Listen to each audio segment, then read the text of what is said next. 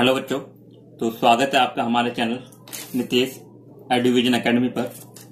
बच्चों, यहाँ पर हम डिस्कस कर रहे थे आपका class 10th chapter 2 acids, basis and salt. ठीक है बच्चों, लास्ट लेक्चर में हम एसिड्स के बारे में, उनकी प्रॉपर्टीज के बारे में एंड बेसिस के बारे में, उनकी प्रॉपर्टीज के बारे में एंड हमको कैसे पता चलता है कि कोई भी सब्सटेंस आपका एसिड है या बेस, उसके बारे में डिस्कस कर रहे थे। ठीक है बच्चों, तो हमने पढ़े थे इंडिकेटर में बेसिकली हमने 4 टाइप पढ़े थे।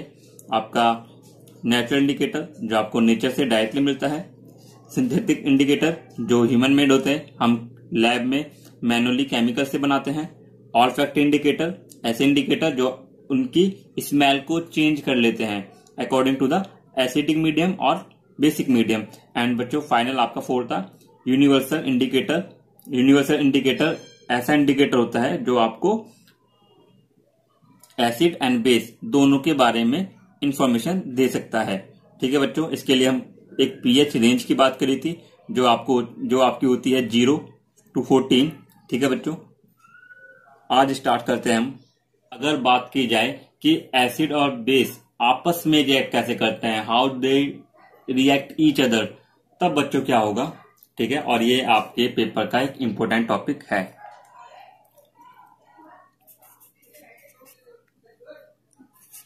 How do acids and bases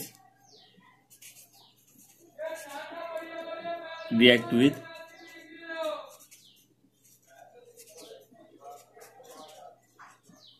each other. तो बच्चों जो आपके एसिड्स होते हैं, वो बेस होते हैं, वो आपके किस तरह एक दूसरे से रिएक्ट करते हैं और उस रिएक्शन को क्या बोला जाता है बच्चों, ये हमको इस टॉपिक में पढ़ना है।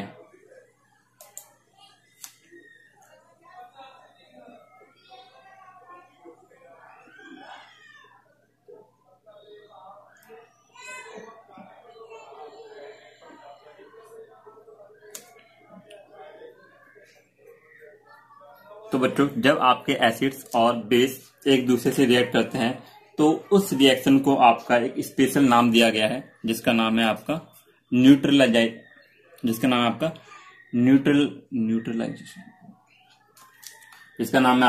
न्यूट्रलाइजेशन।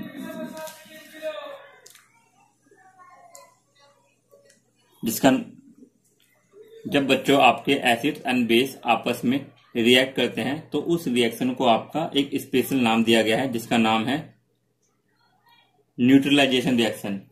तो बच्चों न्यूट्रलाइजेशन रिएक्शन क्या होती है, जब आपका एसिड और बेस आपस में रिएक्ट करते हैं। Neutralisation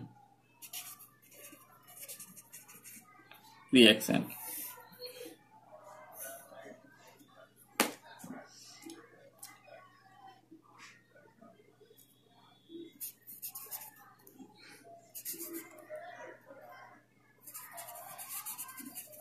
The reaction between an acid and a base to give a salt and water is known as neutralization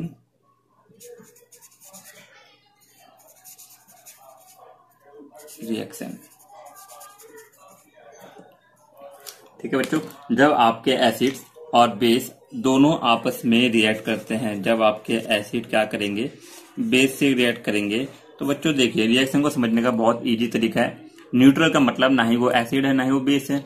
इसका मतलब जो आपके एसिड होगा वो बेस के इफेक्ट को कैंसिल करेगा और जो आपके बेस होगा वो आपके एसिड के इफेक्ट को कैंसिल करेगा।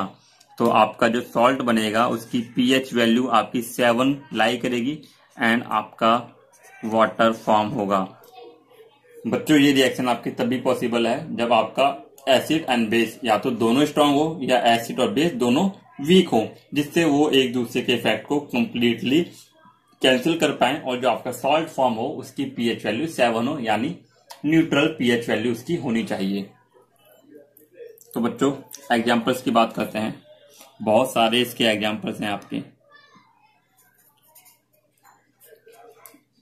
तो बच्चों आपका एग्जाम्पल हो जाएगा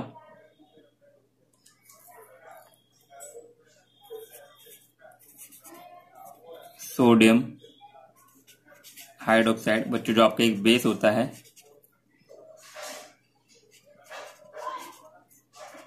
रिएक्ट विद हाइड्रोक्लोरिक एसिड। बच्चों रिएक्शन की बात करते हैं हम इसकी।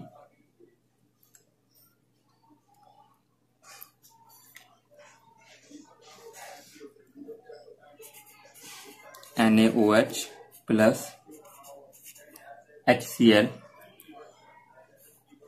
ठीक है बच्चों, ये आपको हो जाएगा NaCl प्लस वाटर। बच्चों की फिजिकल स्टेट अगर आप चाहो तो, क्योंकि सॉल्यूशन में प्रेजेंट है तो ये सारे आपके क्या होंगे, एक्वस होंगे। और जो बच्चों आपका वाटर आएगा वो आपका आप लिक्विड फॉर्म में आएगा। ठीक है बच्चों, ये आपका पहला एग्जांपल था सोडियम क्लोराइड, सॉरी ये आपका पहला एग्जांपल था sodium hydroxide react with hydrochloric acid form sodium chloride and water. चलिए बच्चों सेकेंड एग्जांपल की बात करते हैं।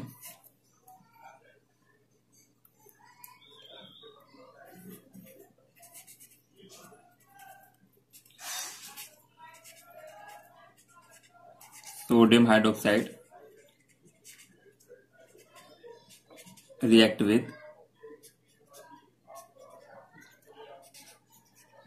Nitric acid. ठीक है बच्चों, तो एग्जांपल लेते हैं। सोडियम हाइड्रोक्साइड आपका हो जाएगा NaOH, आप इसको रिएक्ट करोगे नाइट्रिक एसिड HNO3। तो बच्चों जो आपका फॉर्म होता है वो होता है आपका सोडियम नाइट्रेट NaNO3 प्लस बच्चों वाटर। तो हम इसका नाम लिख देते हैं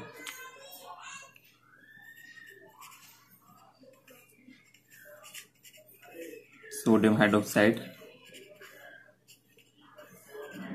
nitric acid sodium nitrate and water. बच्चों एक और एग्जांपल से समझते हैं।